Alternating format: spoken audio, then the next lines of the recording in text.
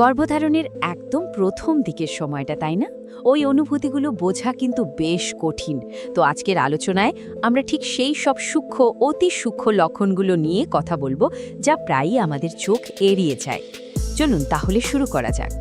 আচ্ছা, একটা প্রশ্ন দিয়ে শুরু করা যাক, কেমন? গর্ভধারণের প্রথম লক্ষণগুলো কি আসলেই এতটাই সামান্য যে সেগুলো খুব সহজেই মিস হয়ে যায়? উত্তরটা হচ্ছে হ্যাঁ, একদম তাই। আর কেন এমন হয় তার পেছনের কারণগুলো কিন্তু বেশ ইন্টারেস্টিং। তো সবার আগে চলুন কথা বলি সেই সব সূক্ষ্ম ক্লু বা লক্ষণগুলো নিয়ে। এগুলো এতটাই সাধারণ যে প্রায়শই মনে হয়, আরে এটা তো অন্য কোনো শারীরিক সমস্যা, বা হয়তো একটু বেশি ক্লান্ত লাগছে, এই আর কি। তাহলে চলুন এবার একটু কান পাতা যাক। মানে শরীর যে প্রথম সিগন্যালগুলো পাঠায় সেগুলো ঠিক কি কি, আসুন জেনে নিই। দেখুন, বিশেষ করে 3টা প্রধান লক্ষণের কথা কিন্তু বারবার উঠে আসে।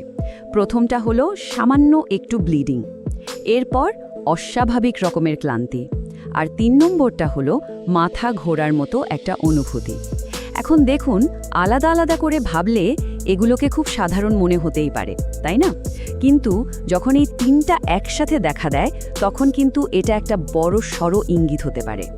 তো প্রথম যে সিগন্যালটা সেটা হলো সামান্য রক্তপাত।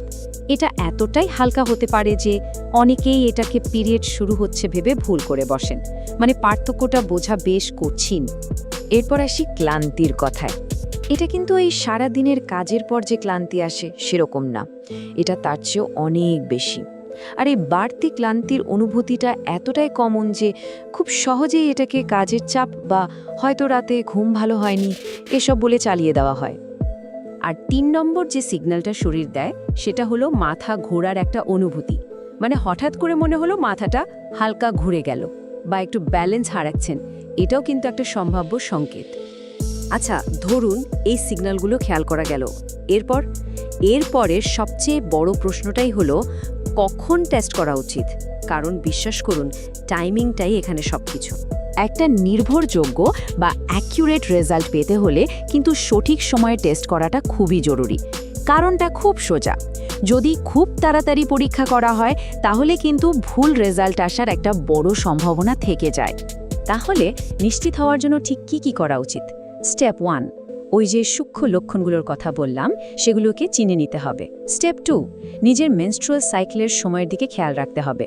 আর ফাইনালি স্টেপ 3, সবচেয়ে সঠিক রেজাল্ট পাওয়ার জন্য পিরিয়ড মিস হওয়ার পরে টেস্ট করতে হবে। আসলে পুরো আলোচনার মূল কথা কিন্তু একটাই, আর সেটা হলো আমাদের শরীরের নিজস্ব সংকেতগুলো শোনার আর বোঝার ক্ষমতা তৈরি করা। এই সব তথ্যের মূল উদ্দেশ্য কিন্তু একটাই, যারা মা হতে চলেছেন তাদের একটু সাহায্য করা, যেন তারা নিজেদের শরীরের সিগন্যালগুলো আরও ভালোভাবে বুঝতে পারেন। আর এটাই কিন্তু আসল। শেষ পর্যন্ত এই ছোট ছোট প্রাথমিক লক্ষণগুলোর দিকে যদি একটু মনোযোগ দেওয়া যায় তাহলে কিন্তু একটা বড় অনিশ্চয়তা কেটে গিয়ে একটা পরিষ্কার ধারণা তৈরি হয়। মানে নিজের শরীর সম্পর্কে সচেতনতা বাড়ে। তাহলে চলুন আজকের আলোচনাটা আমরা এই একটা ভাবনা দিয়ে শেষ করি।